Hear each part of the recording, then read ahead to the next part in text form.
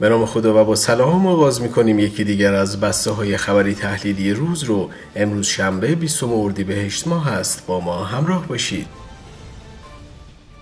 عراقچی به عربستان و قطر سفر می‌کند. سفر دیپلماتیک عراقچی به دو کشور کلیدی خلیج فارس نشانه‌ای از تلاش ایران برای کاستن از تنش‌های منطقه‌ای و تقویت مسیرهای ارتباطی در آستانه دور جدید مذاکرات است.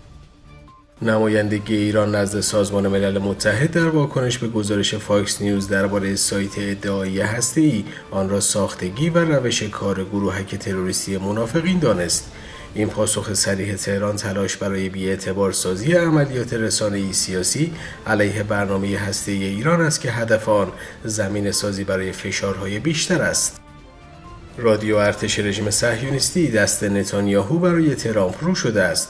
پوشش این موضوع از سوی رسانه‌های نظامی اسرائیل نشان دهنده اختلاف عمیق و تضعیف جایگاه نتانیاهو حتی در میان متحدان سنتی‌اش است.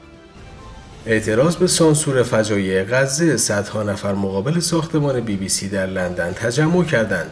خیزش افکار عمومی در غرب علیه رسانه‌های جریان اصلی نشانه افزایش آگاهی جهانی نسبت به مظلومیت فلسطینیان و افول قدرت پروپاگانداست.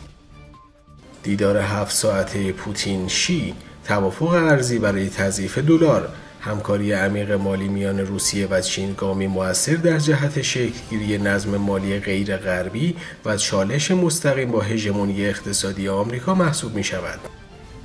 چراغ سبز ترامپ به خزانه‌داری آمریکا برای کاهش تعرفه چین.